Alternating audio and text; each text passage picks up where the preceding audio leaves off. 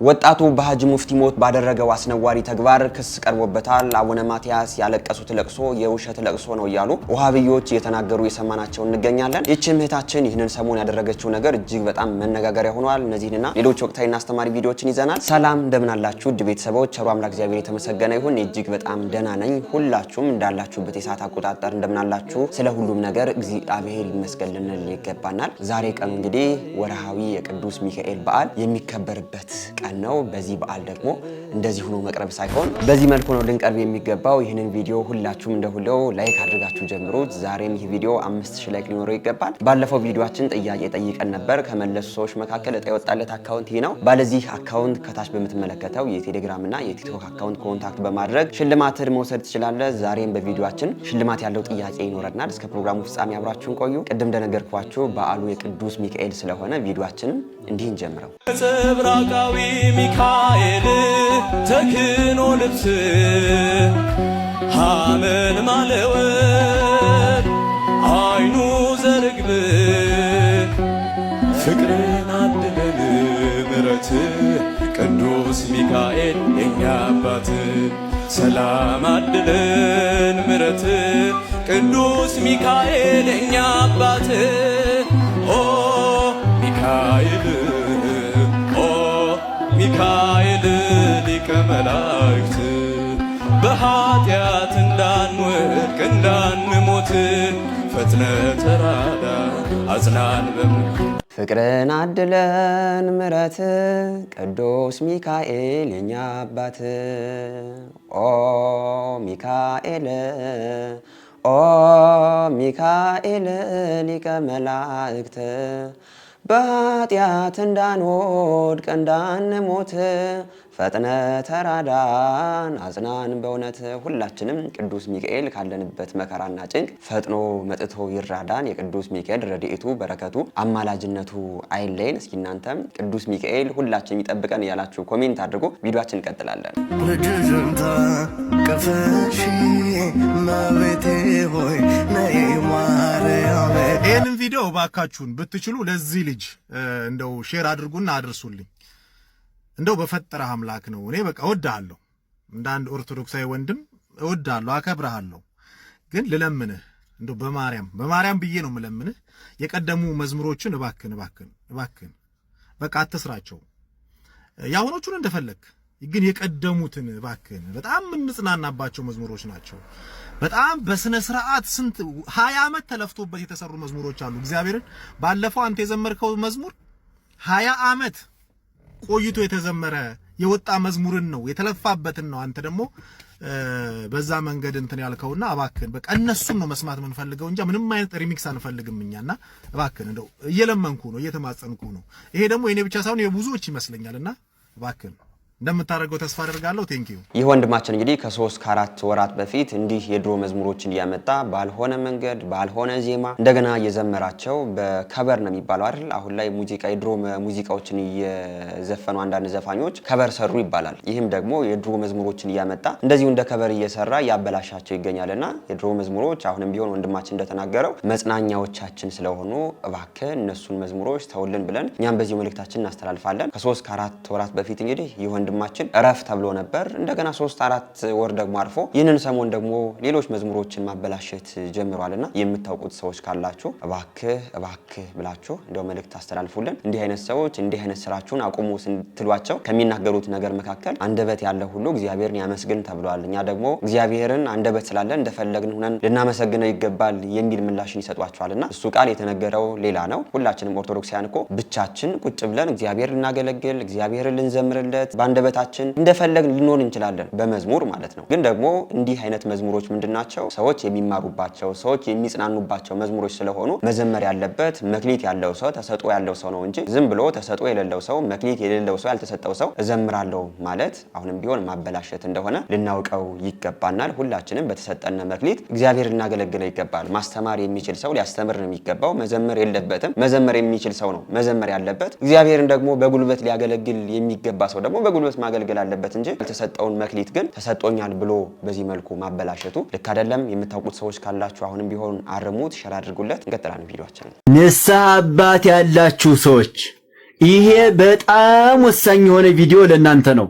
ቪዲዮ ለሁሉም ኦርቶዶክሳውያን እንዲዳረስ ሼር፣ ኮፒ ሊንክ እና ላይክ እያደረጋችሁ ለሁሉም ከመቼውም በላይ አዳርሱልኝ። ይኸውላችሁ ኦርቶዶክሳውያን ንስሐ አባት ይዛችኋል። እንግዲህ ንስሐ አባታችሁን በደንብ አድርጋችሁ አጥኑ። ስለ ንስሐ አባታችሁ በደንብ አድርጋችሁ አጥኑ። ይኸውላችሁ ንስሐ አባት የያዛችሁት ሻሽ ስለጠመጠመ ብቻ ከሆነ በጣም ተታላችኋል። የእውነት የምላችሁ ዘመናችን እጅጉን አጭበርባሪዎችና አስመሳዮች የበዙበት ዘመን ሆኗል። ይኸውላችሁ ስለ ንስሐ አባታችሁ 3 ነገሮችን አጥኑ። አንደኛ ስነ ምግባራቸውን በደንብ አድርጋችሁ ምን አይነት ስነ ምግባር ነው ያላቸው አጥኑ። ሁለተኛ ሃይማኖታቸውን ጠንቅቃችሁ በደንብ አድርጋችሁ አጥኑ። ሶስተኛ ንስሐ አባታችሁን ቤተክርስቲያን ታቃቸዋለች ወይ አጥኑ። ቤተክርስቲያን ታቃቸዋለች ወይ? ቤተክርስቲያን ሂዱና እኒህን አባት ቤተክርስቲያን ታቃቸዋለች ወይ ብላችሁ በደንብ አድርጋችሁ አጥኑ። ወድጄ እንዳይመስላችሁ ይሄን የምላችሁ በውስጥ መስመር ከአንዳንድ ወገኖች የምሰማውን ነገር ብትሰሙ የእውነት በጣም ነው የሚያሳዝነው። በጣም ከባድ ነው። ቤተክርስቲያን በዚህ ልክ እየተፈተነች ነው የሚያስብላችሁ። በጣም ከባድ ነው። አጭበርባሪዎች እጅጉን የበዙበት ስለሆነ ንስሐ አባቶቻችሁን በደንብ አድርጋችሁ እወቁ። ለሁሉም ኦርቶዶክሳውያን አዳርሱልኝ። እወዳችኋለሁ። ክብር በሉልኝ። እኛም እናመሰግናለን ወንድማችን። ሁላችንም ማወቅ ያለብን ነገር የጠመጠመ ሁሉ መስቀል የያዘ ሁሉ ካህን አይደለም። አሁን ላይ በጣም ብዙ ኦርቶዶክሳውያን ንስሐ አባቴ እንደዚህ ያደረገኝ እንደዚህ አይነት ችግር ተፈጠረ ያሉ ሲናገሩ እንሰማቸዋለን። እንዲህ አይነት ችግሮች የሚፈጠሩበት ምክንያት ምንድነው? መስቀል ስለያዘ ስለጠመጠመ ብቻ ካህን ነው ብለን ንስሐ አባት እያደረግነው ስለሆነ ነውና አሁንም ቢሆን ሁላችን ንስሐ አባት ስንይዝ መያዝ ያለብን ቤተክርስቲያን ሂደን ነው። ቤተክርስቲያን ሂደን ደግሞ የያዝነው አባት የቤተክርስቲያን አገልጋይ ነው ወይ፣ በዛ ቤተክርስቲያን የሚያገለግል ሰው ነው ወይ፣ ካህን ነው ወይ ብለን በስርዓት ልናረጋግጥ ይገባል። ስነ ምግባሩ ምን አይነት ስነ ምግባር አለው፣ ሃይማኖቱ ቀናኢ ነው ወይ የሚለውን ነገር ካረጋገጥነ በኋላ ልንይዝ ይገባል እንጂ ዝም ብለን መንገድ ላይ ያገኘነውን የጠመጠመ ሰው መንገድ ላይ ያገኘነውን መስቀል የያዘ ሰው እንደው ንስሐ አባት ካረግነው ግን እጅግ በጣም ትልቅ ችግር ውስጥ እንደምንገባ ልናውቀው ይገባናልና በእንዲህ አይነት ምክንያት ደግሞ በጣም ብዙ ሰዎችም ችግር ደረሰብን እያሉ ሲናገሩም ሰምተናል። ይህ ችግር እንዳይፈጠር ሁላችንም ልናደርግ ይገባል። ለሌሎች እህት ወንድሞቻችንም እንዲህ አይነት ችግር እንዳይፈጠርባቸው ይህንን መልእክት ማስተላልፉ። ቪዲዮን ሸር አድርጉት። ወደ ቀጣይ ቪዲዮአችን ደግሞ ስንሄድ ይህንን ሰሞን የሰማነው ነገር እጅግ በጣም ሁላችንም እንደ ሀገር ያዘንበት ነገር ነው። የሁላችንም አባት በሆኑት በሀጂ ሙፍቲ ሞት ያላዘነ ኢትዮጵያዊ የለም። አባቶቻችንም ሂደው እንግዲህ በሽኝቱ ወቅት የተደረገውን ነገር ሀዘናቸውን ማይታቸዋልና እጅግ በጣም አሁን ላይ ደግሞ በሀገራችን እንደው በጣም ትላልቅ ዋርካዎቻችን እየወደቁ እንደሆነ እያየን እንገኛለን። በዚህ 3 ዓመት እነ አባታችን አባ መፍቀሬ ሰብ እነ አባ ዘወንጌልን አሁን ደግሞ በዚህ መልኩ ሀጂን አጠናልና አሁን ላይ ሀገራችን መከራ ላይ እንዳለችና ከዚህ በኋላ ደግሞ የመከራው ቀንም እየመጣ እንደሆነ እያሳዩን ይገኛሉ። በሀጂ ሙፍቲ ሞት ሁላችንም ኦርቶዶክሳውያን ብቻ ሳይሆን እንደመላ ኢትዮጵያዊ እንባውን ያነባበት ጊዜ ነበርና በዚሁ ደግሞ በእነርሱ በእስልምናው ሃይማኖት ሆነው ሀጂ ሙፍቲ እስልምናን አይወክሉም እያሉ ሲናገሩ እየሰማናቸው በእርሳቸው ሞት በጣም ደስታቸውን ሲገልጹ የነበሩ ውሃብዮችም እንደነበሩ በጣም በብዙ ሶሻል ሚዲያ አይታቸዋልና እጅግ በጣም የሚያሳዝን ነው።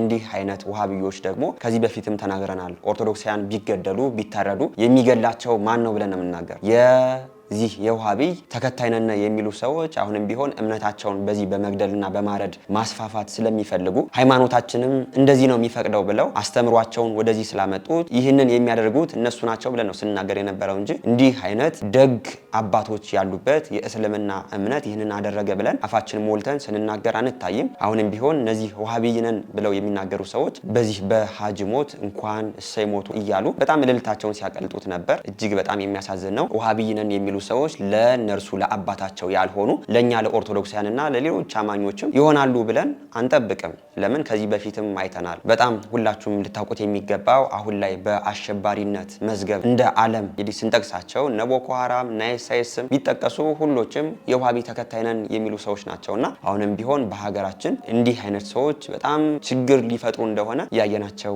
እንገኛለን። በሀጂ ሙፍቲ ሞት ግን ያደረጉት ነገር አሁንም ቢሆን እጅግ በጣም አሳዝኖና ለአባ አባታቸው ያልሆኑ ሰዎች ለሌላ እምነት ተከታዮች ይሆናሉ ብለንም አንጠብቅም። በዚሁ በሐጂ ሙፍቲ ሞት አባታችን አቡነ ማትያስም ሌሎችም ሊቃነ ጳጳሳትም ሄደው በሽኝቱ ወቅት እጅግ በጣም ሀዘናቸውን ገልጸው ሲያነውም ነበር አይተናል አይደል? በጣም በብዙ ሶሻል ሚዲያ አቡነ ማትያስ ፎቶ ሲዘዋወር ነበር። ይህንንም አስመልክቶ የውሃብያ አማኞች አቡነ ማትያስ ለምን አለቀሱ? ያለቀሱት እንባ የውሸት እንባ ነው፣ እኛን እየገፉ እኛን እየገደሉ እኛን እየጎዱ እንዴት በውሸት ያለቅሳሉ ብለው ሲናገሩ እያየናቸው እንገኛለን። እስኪ ከተናገሩ ሰዎች መካከል አንድ ቪዲዮ አንዴ ላሳያችሁ። ሙፍቲ ሞት በላይ ደግሞ በጣም እንደውም እየተሯሯጠ ያለው ፎቶ የእንባ ዘለላው ነውና ይሄንን የኡነት ለቅሶ እንትና አለቀሱ እየተባለ አጀንዳ ስለሆነ ያው ትንሽም እንትን ሙስሊሙንም እንዳይሸወድ በዚህ እንባ ዘለላ በሚል ነው የገባው።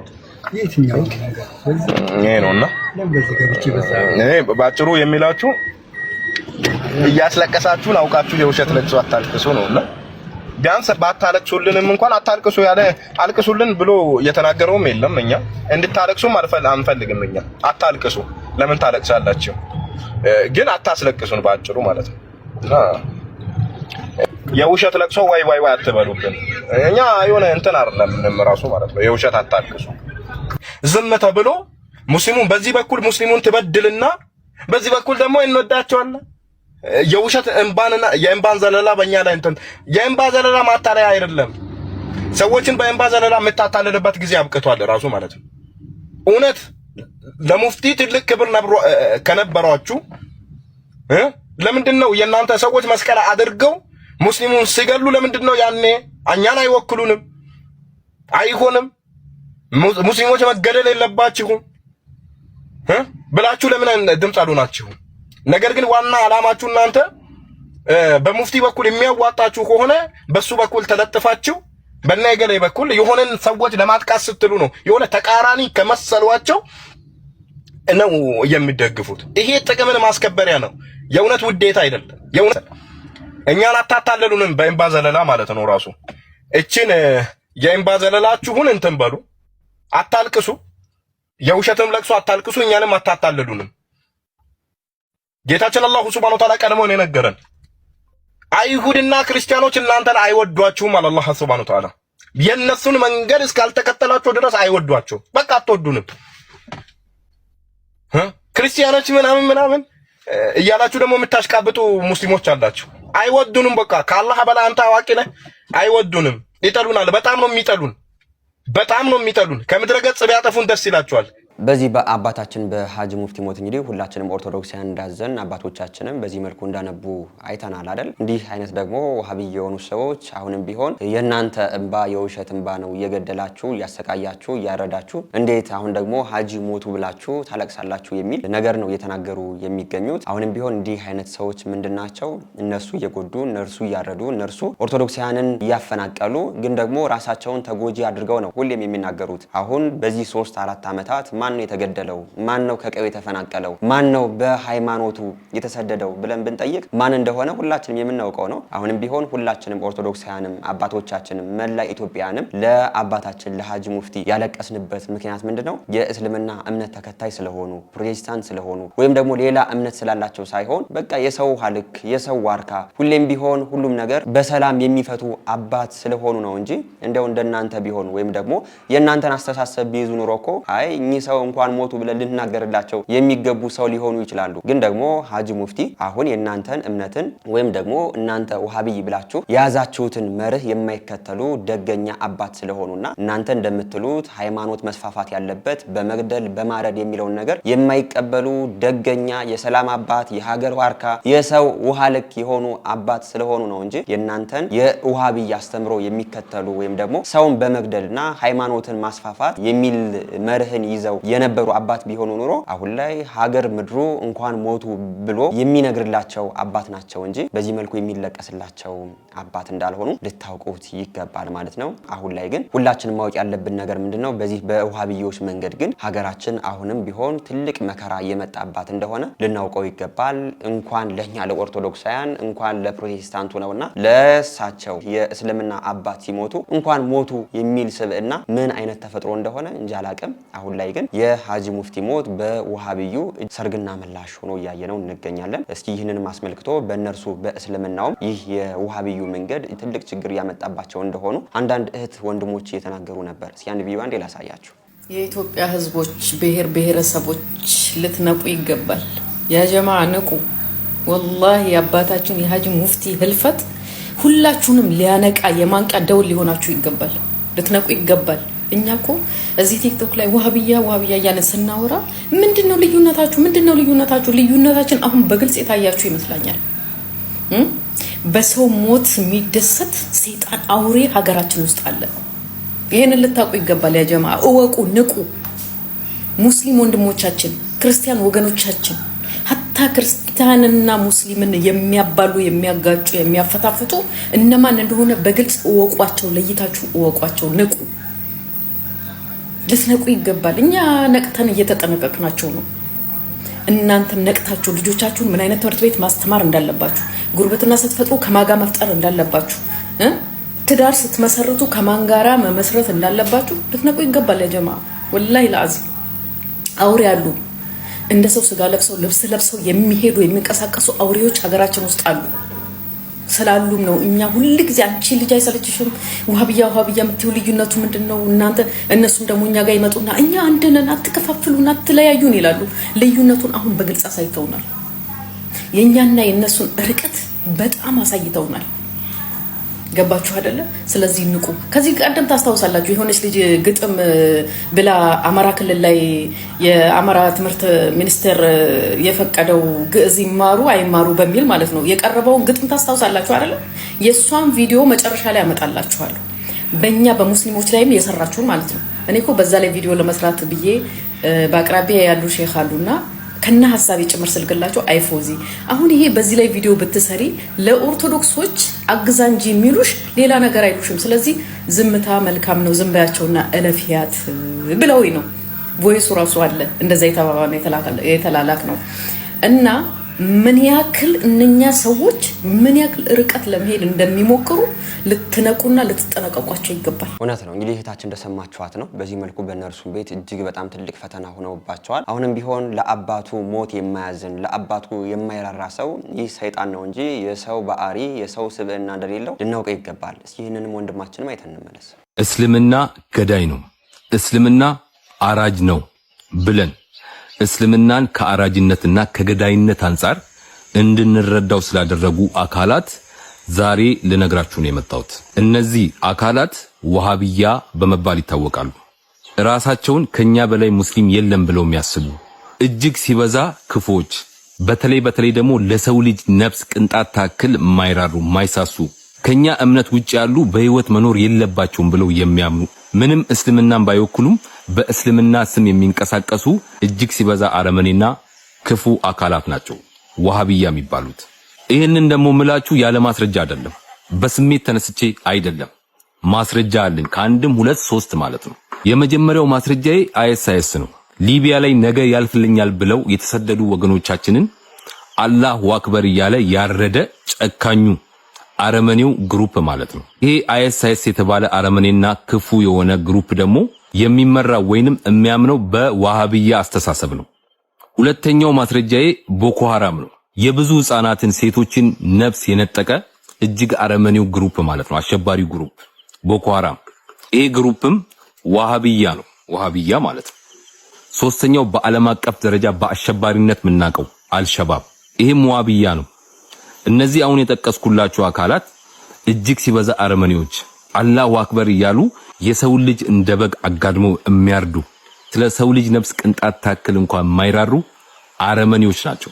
አያችሁ፣ እነዚህ አረመኔዎች ናቸው ራሳቸውን ዋሃብያ ብለው የሚጠሩ እንደነ አይኤስ እንደነ ቦኮ ሐራም እንደነ አልሸባብ አይነቶች ናቸው።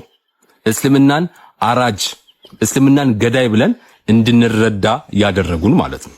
እሺ እስልምና ገዳይ ወይንም አራጅ እንዳልሆነ ማስረጃክ ምንድነው የምትሉ ከሆነ እኚህ የምትመለከቷቸው አባታችን ናቸው። ሁሉም ኢትዮጵያዊ ዘር፣ ቀለም፣ ብሔር፣ ሃይማኖት ሳይመርጥ የሚወዳቸው የሚያከብራቸው አባታችን ሀጂ ሙፍቲ ናቸው ለኔ ምስክሬ። ስለዚህ እስልምናን ከዋሃብያዎች አንጻር ከአረመኔዎቹ አንጻር ሳይሆን ከምንወዳቸው አባታችን ከነ ሀጂ ሙፍቲ አንጻር እስልምናን እንድትመለከቱ ስል ነው ይህንን ቪዲዮ የሰራሁት። ተስፋ አደርጋለሁ ከዚህ ቪዲዮ በኋላ ስለ እስልምና እምነት ያላችሁን አስተሳሰብ ትቀይራላችሁ ብዬ አስባለሁ። ምንም የእምነት ልዩነት ቢኖረንም ማለት ነው። ሀገራችን ኢትዮጵያን ሰላም ያድርግልን። ይህንን ቪዲዮ አድርሱልኝ። አመሰግናለሁ። ወንድማችን እናመሰግናለን። እንግዲህ እስልምናው አስተምሮና መጤው የውሃብይ አስተምሮ ልዩነቱ ይህንን ይመስላል። በማረድና በመግደል ሃይማኖቱን ለማስፋፋት የሚፈልግ በምድር ላይ በቃ ራሳቸው እንዲኖሩ ነው እንጂ ሌላ የሃይማኖት ተከታይ እንዳይኖር የሚተጉ የሚሰሩ ሰው ናቸውና አሁንም በዓለም አቀፍ ደረጃ በአሸባሪነት ተቋማት የምናውቃቸው ሁሉም ወንድማችን ዘርዝሮ እንደነገረን ሁሉም የውሃብይ እምነት ተከታዮች ናቸው። በሀገራችንም በኦሮሚያ አካባቢ በሌሎችም አካባቢ በጣም ብዙ ኦርቶዶክሳውያን ሲታረዱ አላህ አክብር እየተባለ አንገታቸውም ሲቀላ አይተናል አይደል? ይህንን ሁሉ የሚያደርጉት የውሃብይ እምነት ተከታዮች ናቸው እንጂ የእስልምና አማኞች ናቸው ብለን ተናግረንም አናቅም። የድሮ የእስልምና እምነት ተከታዮች እነ ሀጂ ሙፍቲን ጨምሮ ሌሎች አብረን የተማርናቸው ጎረቤቶቻችን፣ ዘመዶቻችን በመከራ ጊዜ የሚደርሱልን በመከራ ጊዜ የምንደርስላቸው ውብ ደጋግ እንደሆኑ እናውቃለንና እንዲህ አይነት ነገርን ደግሞ እያመጡ ለሀገራችን እጅግ በጣም ትልቅ መከራን የሚያመጡ የውሃብይ እምነት ተከታዮች አሁንም ቢሆን ለኛ ለኦርቶዶክሳውያን ብቻ ሳይሆን ለነሱ ለእስልምናውም በጣም ትልቅ ችግር ሆነዋልና ከዛም ጋር ተያይዞ አንድ ቪዲዮም ላሳያችሁ። እንደ ውሃብያ ጥላት በዓለም ለሙስሊሞች የለም፣ ዛሬም የለም፣ ነገም የለም። መስጂዱም ኢማሞቻችን ሊያስወጡ ስለሆነ ይሄ ኢማም ማህበርም ከሰራ ይገር ረግጦ አንድና አንድ ቁጥር ጥላት ሆነው ውሃብያ ላይ ሊሰራ ይገባል።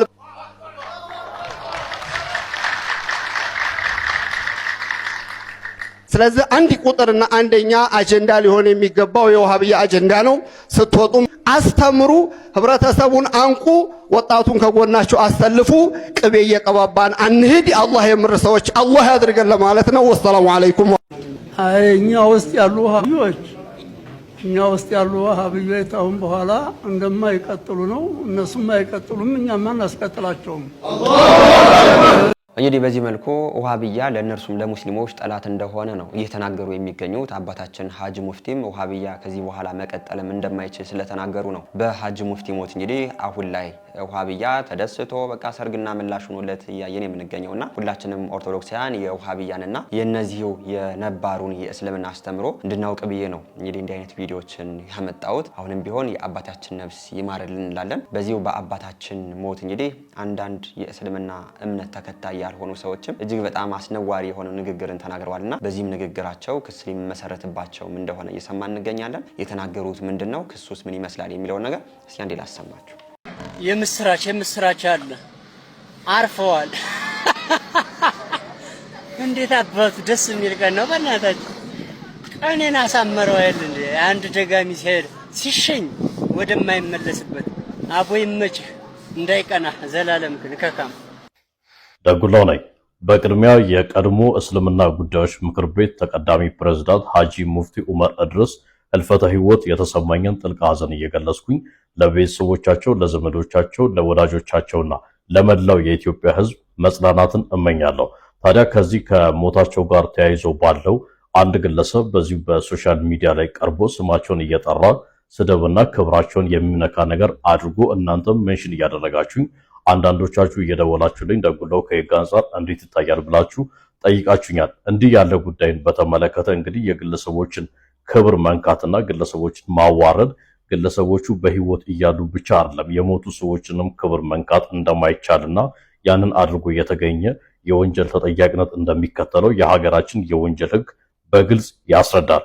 ይሄንን ጉዳይ በተመለከተ ታዲያ አቤቱታ ማቅረብ የሚችሉትና ህጉ መብት የሰጣቸው ብቸኛ አካላት የሟች ቤተሰቦች በመሆናቸው ይህ ቪዲዮ ለሟች ቤተሰቦች ደርሷቸው ግለሰቡ ያለበት ታውቁ አቤቱታ ቀርቦበት የህግ የበላይነት እንዲረጋገጥና ተጠያቂነት እንዲሰፍን ግለሰቡን ለህግ እንዲቀርብልን ሁላችንም እንጠይቅላለሁ። አመሰግናለሁ። ወንድማችን እኛም እናመሰግናለን። እንዲህ አይነት ጋጦጥ የሆኑ ሰዎች አሁንም ቢሆን በህግ ሊጠየቁ ይገባል። አባቶቻችን ምን ይላሉ? የሞተ ሰው አይወቀስም ይባላል አይደል? ደግም ሰራ ጥሩም ሰራ እንዲያው ያንን ሰው ከሞተ በኋላ እንደዚህ ያደረገ አይባልም። እንኳን እንደዚህ አይነት ደገኛ ለሀገር ዋርካ የሆኑ ሰዎችን በዚህ መልኩ ወጥተን እንዲያው ልንተቻቸው ይቅርና ቢያንስ በመሞታቸው ባናዝን ግን እንዲህ አይነት ተግባራትን ባንፈጽም መልካም ነበር። እንዲህ አይነት ጋጦጥ የሆኑ ሰዎች አሳዳጊ የበደላቸው ሰዎች ግን አሁንም ቢሆን በህግ ሊጠየቁ ስለሚገባ ሁላችንም ድምጽ ልንሆን ይገባል። ይህንን ሰሞን በክብር ዶክተር ሀጂ ሙፍቲ ሞት እንግዲህ የተከሰቱ ነገሮች ይህንን ይመስላሉ ለማለት ነው። በአባታችን ሞት ሁላችንም ኦርቶዶክሳውያንም ብቻ ሳይሆን መላ ኢትዮጵያውያን አዝኗልና የአባታችን ነፍስ ይማርልን ከማለት ውጭ ምንም ነገር የምንለው ነገር የለንም። በቪዲዮ ላይ ያላችሁን አስተያየት ኮሜንት አድርጉ። ወደ ቀጣይ ቪዲዮአችን ደግሞ ስንሄድ እስኪ ይህንን ቪዲዮ አይተን እንመለስ።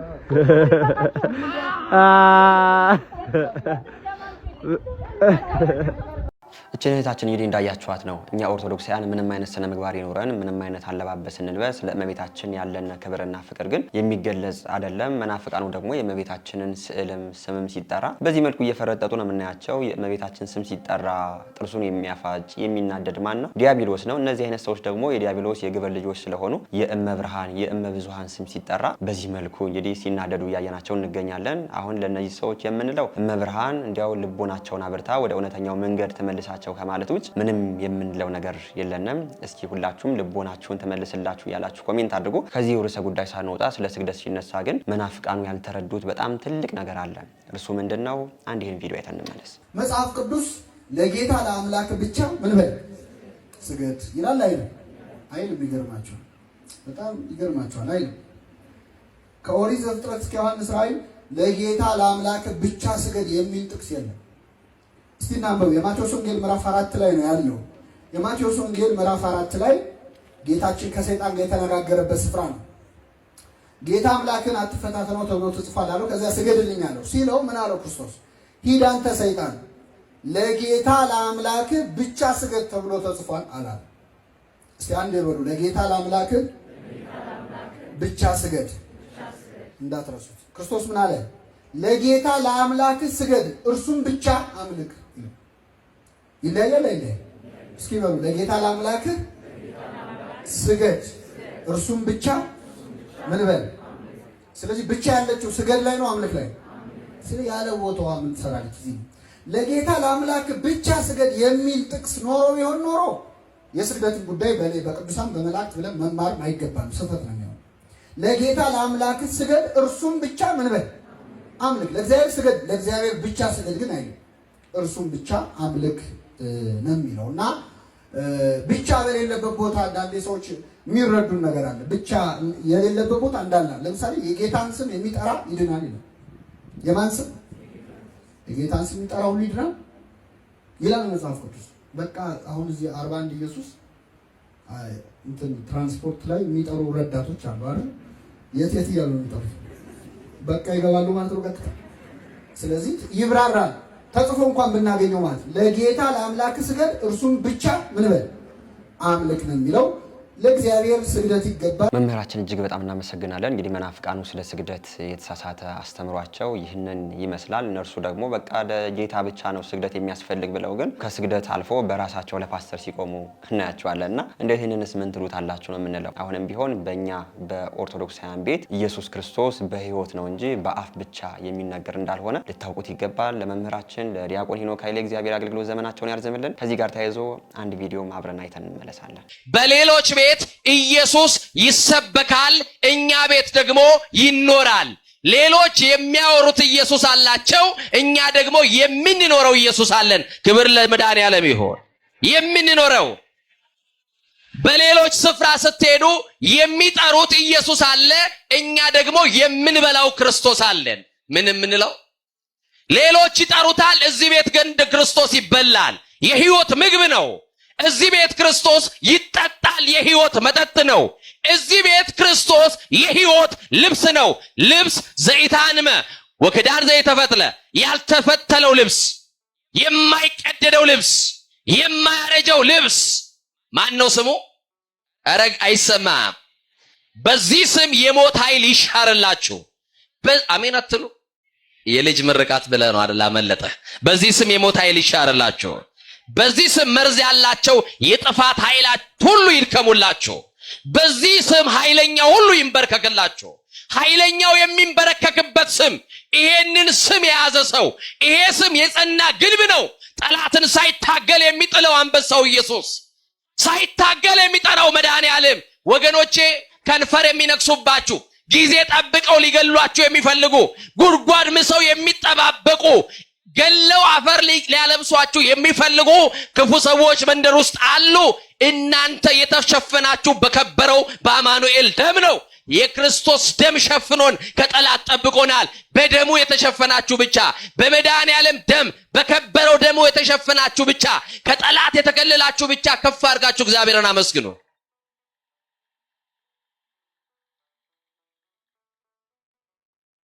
ይህን ስም የሰማችሁት ከማን ነው? ይህን ስም ቀድሞ ኢየሱስ የሚለውን ስም የጠራው ማን?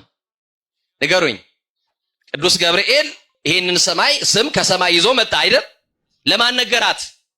ለማን ነገራት? ለማርያም። ገብርኤልስ ይህንን ስም ከየት አመጣው? ማን የሰጠው ስም ነው ከተባለ እግዚአብሔር አብ። ማን የጠራው? ፊልጵስዩስ መልእክት ምዕራፍ 2 ቁጥር 25 ላይ አንብቡ። አባቱ ከስም ሁሉ በላይ የሆነ ስም ሰጠው ይላል። መዳኛ የሆነ ስም፣ ማምለጫ የሆነ ስም፣ ከጠላት የምናመልጥበት ስም፣ የሞት መጋረጃ የተገደደበት ስም፣ የጥል ግድግዳ የፈረሰበት ስም። ኧረ የመድኃኔዓለም ልጆች ደስ ይበላችሁ። ይሄንን አባት ይሄንን ጌታ ይዘን አምልጠናል። ከኔ ጋራችሁ እንኳን ከዛቱብን ከወረወሩብን ያመለጥነው መድኃኔዓለምን ይዘን ነው። አሁንም ክብር ለስሙ ይሁን። መምህራችን እጅግ በጣም እናመሰግናለን። የአገልግሎት ዘመንዎትን ያርዝምልን ነው የምንለው። እንቀጥላለን ቪዲዮአችን። እግዚአብሔር እንዲያምርብንም ይፈልጋል። እንዲያምርብንም ይፈልግ። ይሄን አትልበሱ ይሄን አትሉ የሚለው እግዚአብሔር ዝም ብሎ መብት አፋኝ ስለሆነ አይደለም፣ ሳይሆን የሚያምርብንን የሚያውቅ ዘር የማያምርብንን እምቢ እያደረግን ካስቸገርንሳ እናት አዲስ ልብስ ለብሳ በልዬ ዛሬ ከነገሌ ሰርግ ልንሄድ ነው ይህን አዲስ ልብስ ልበስ ብላ ታለብሰዋለች። ሂድ ወሳች ጭቃውን ጥፍ ጥፍ ጥፍ ጥፍ በቁንጥጫ ርር ታደርገዋለች። ጠልታው እኮ አይደለም ምን እንዳይል ነው፣ እንዲያምርበት ብላ ነው። እንዲያምርበት ብላ ትቆነጥተዋለች። እግዚአብሔርም የማያምርበትን ጭቃ እያቦካን ቢያል ነው በቁንጥጫ ርር ያደርጋል። ቁንጥጫው በሽታ ሊሆን ይችላል፣ ገንዘብ ማጣት ሊሆን ይችላል፣ ስደት ሊሆን ይችላል። እግዚአብሔርም ይቆነጥጣል። ለምን? ለልጆቹ ጌጥ ያስባልና እግዚአብሔር እንደዚያ ነው የሚያስብልን አምላክ። እግዚአብሔር ምንድን ነው? በሉ እግዚአብሔር መልካም ነው በሉ በሉ። ምን ስለሚልልን? ስለሚያስብልን፣ በእውነት ማለት ነው ስለሚያስብልን። እሱ አይከርማችሁ? እሱን ማሰብ አቁመን ጭምር እኮ ነው የሚያስብልን። እግዚአብሔርን ማሰብ ካቆምን ስንት ወራችን፣ እሱ ግን ሁልጊዜ ያስብልናል። እንዲህ የሚያደርግ እግዚአብሔር ነው። የዚህ ዓለም ሰው ምንድን ነው ሲያስቡት ምን ይላል? ሲተውትሳ ይተዋል ማለት ነው። ቴክስት ስታደርግለት ምን ያደርጋል? ቴክስት ስትደውልለት ምን ያደርጋል? ይደውላል። ስታበላው ያበላል። ስታከብረው ከመንግስት የምናምን የመስሪያ ቤት ፖሊሲዎች አንዱ ምንድን ነው? መከባበር አይደል? የሥነ ምግባር መርሆች እኔ ምናምን አላውቅም፣ ብቻ 12 የሥነ ምግባር መርሆች ይመስሉኛል። መከባበር ቤተክርስቲያን ውስጥ ግን መከባበር የለም፣ ማክበር ብቻ ነው። መከባበር ኦርቶዶክሳዊነት አይደለም። ኦርቶዶክሳዊነት ግን ባያከብርህም ምን በል ነው? ማክበር ነው። ኦርቶዶክሳዊነት ከዚህ በላይ ነው። የሚያከብርሁን አክብር አይደለም፣ የሚወዱህን ውደድ አይደለም፣ እማያከብርሁን አክብር። እና እግዚአብሔር ሳናከብረው አክብሮናል፣ ሳናስበው አስቦናል፣ ስንሸሸው ተከትሎናል፣ ስንጠፋ ፈልጎናል፣ ስንጠላው ወዶናል። ስለዚህ እግዚአብሔር መልካም ነው በሉ እንጂ እግዚአብሔር መልካም ነው። ሄር እግዚአብሔር ለለይት እገስዋ እግዚአብሔር ምንድን ነው? ሌላው እግዚአብሔር የሚያስደንቀው ምህረቱ ነው። ምህረቱ እግዚአብሔር መልካም ነው። እግዚአብሔር መልካም ነው። ምህረቱ እና ቸርነቱ ይቅርባይነቱ እጅግ የሚያስገርም ነው። ለመምህራችን ለርዕሰ ሊቃውንት አባ ገብረ ኪዳን እግዚአብሔር አገልግሎት ዘመናቸውን ያርዝምልን። እጅግ በጣም ደስ የሚል ትምህርትን ያስተማሩን። የዛሬ ቪዲዮቻችን እንግዲህ እነዚህን ይመስሉ ነበር። ወቅታዊና አስተማሪ እንደነበሩ አልጠራጠርም። ግን በንግግር ያጠፋሁት ነገር ካለኝ ኮሜንት አድርጉኝ። ሁሌም ቢሆን ለማስተካከል ዝግጁ ነኝ። ዛሬም እንደ ሁሌው ጥያቄ አዘጋጅተናል። ጥያቄያችን ትንሽ ብትሆንም የ200 ብር ካርድ ሽልማት አላት። ጥያቄውን አይተን እንመለሳለን። የዛሬው ጥያቄያችን የኃያሉ መልአክ የቅዱስ ሚካኤል ነገድ የትኛው ነው? ሀ ኃይላት፣ ለ መናብርት፣ ሐመርሃ መኳንንት፣ ስልጣናት። የዛሬው ጥያቄ እጅግ በጣም ቀላል ነው። አብሶ ደግሞ በዓሉ የቅዱስ ሚካኤል ስለሆነ ሁላችሁም የቅዱስ ሚካኤል ወዳጆች ቢያንስ የቅዱስ ሚካኤልን ነገድ ልታውቁ ግድ ነው። መልሱ ማን ነው? ኮሜንት አድርጉ። ቀጣይ የመለሱ ሰዎችን ሰብስበን ተሸላሚውን በቀጣይ ቪዲዮ የምናሳውቅ ይሆናል። ይህንን ቪዲዮ ላይክ አድርጋችሁ ያልጀመራችሁ ሰዎች ይህንን ሰሞን በደንብ ቪዲዮ እየሰራን አይደለም። ለዚህም ደግሞ ቪዲዮአችን ወደ እናንተ የመዳረስ አቅሙ ዝቅ ስለሚል ሁላችሁም ላይክ አድርጉትና ለመላው ኦርቶዶክሳውያን ቪዲዮ እንዲዳረስ አድርጉት። ለወዳጅ ዘመዶቻችሁም ሸር አድርጉት። ይህንን ቻናል ሰብስክራይብ ያላደረጋችሁ ሰዎችም እኔ ተመስገን ነኝ። ይህንን ቻናል ሰብስክራይብ በማድረግ ቤተሰብ ሁኑ። እናንተም ቢቀርቡ የምትሏቸውን ቪዲዮዎች ከታች በምትመለከቷቸው የቴሌግራም እና የቲክቶክ አካውንቶቻችን ላኩልን። አይተን መርጠን ወደ እናንተ የምናቀርባቸው ይሆናል። በሌሎች አስተማሪና ወቅታዊ ቪዲዮዎች እስከምንገናኝ እኔንም እናንተንም ሼር ያቆየን። ተጎሎበታል ብልሰትንቀኝ ለዚህ ያደረስከኝ ጌታዬን የማነኝ ይሞላል አይቀርም ባንተ ሸለቆዬ ጠብቃለሁና ቀንህን ጌታዬ። ሐዘን ጽልመት ክፉ ዘመን ቢገጥመኝም እንኳን ያልፋል ሁሉም ታሪክ ሆኖ በፊት ሲለካ ማናፍ